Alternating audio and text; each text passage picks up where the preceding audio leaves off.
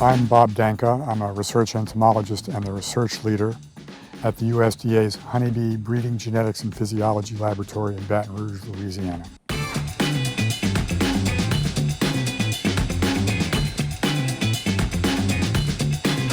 Varroa is interesting because it's a very large parasite, it's obvious, but the really insidious health effects occur because these mites transmit viruses, not only transmit it, but somehow stimulate the virus to replicate. So these colonies typically die when they have high levels of Varroa because of these viruses killing the bees.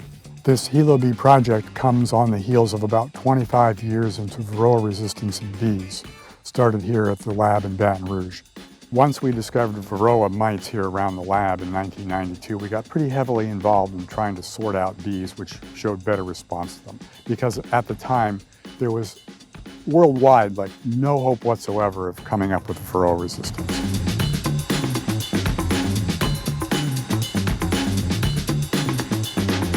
In research led by John Harbaugh, a scientist here, he discovered that the reason they didn't raise so many mites was because a lot of the mites in the colonies were just not reproducing for some reason. So that led to this knowledge that we could select bees based on the rate of non-reproduction of the mites in the colony, VSH bees.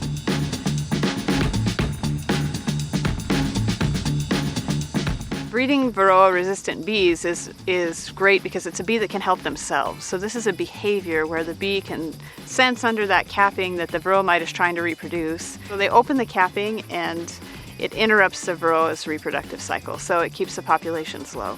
So having a bee that can help themselves is an obvious advantage. That's a great solution. Right now I'm pulling out a pupa that has a Varroa mite.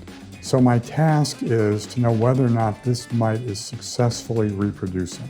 You need to be able to look at progeny of this mite and make a judgment about whether or not there's a male that's old enough to mate with his sisters, and are the sisters old enough to become adults when this pupa would have emerged as an adult bee.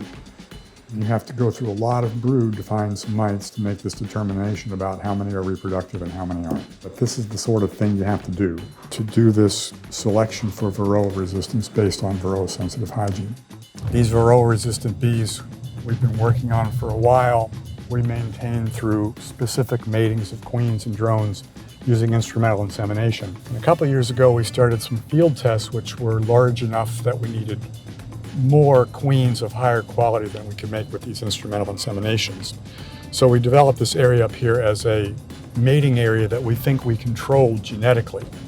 This bee yard we call River Road. It has a population of bees called pauline. Pauline is essentially the second generation of bees with VSH-based Varroa resistance. The Hilo Project represents then the third phase of breeding for Varroa resistance. I'm a commercial beekeeper and I produce honey, but I also provide pollination services for a number of different crops. Varroa is a problem for me and for every other beekeeper in the U.S. That almond pollination situation is a vital part of beekeeping income for so many commercial beekeepers. The bees have to function well there. And what we're seeing in these trials is that the Hilo population, because of their mite resistance, overwinters good numbers of colonies of adequate size to rent for pollination. The frames of bee numbers, the bee counts, the population, are the same size as the commercial colonies that made it after getting treated for mites in the fall. So more colonies, equal size, that's a winner. To me, the greatest strength of this Hilo project are the 4 people involved. David Thomas, for example, is a fully committed beekeeper who wants to make this happen. He's been extraordinarily generous with his equipment, his bees, his labor. He's doing everything he can to make it work. Project Apism is sort of the glue that holds everything together. Danielle Downey has probably unmatched connections with the bee industry, which is our main target audience here. Has the ability to find funding, to fund the selection and the breeding. Arista Bee Research from the Netherlands has great skill in the details of bee breeding, developed from the buckfast breeding principles in Europe, which we don't approach here in the United States. The USDA has the bees that the breeding started with, and the knowledge about biology that needs to be looked at to do the breeding. The major support of the Hilo breeding program from this lab in Baton Rouge is to provide germplasm, in this case, semen from drone bees. You can't send queen bees to Hawaii. We can only send germplasm in the way of semen. So we identified colonies that could be useful to add to the Hilo population. We identify drones being reared, cage those drones so that we can come back in a couple weeks when they're sexually mature, collect them here in the field, take them to the lab, collect the semen, put it into the mailing system. 2 days later, it shows up in Hilo, Hawaii. And it can be used once it's in Hilo to directly inseminate queen bees that are prepared ahead of time for this mating to occur. Project Apism is one part of this project. It's a public-private partnership.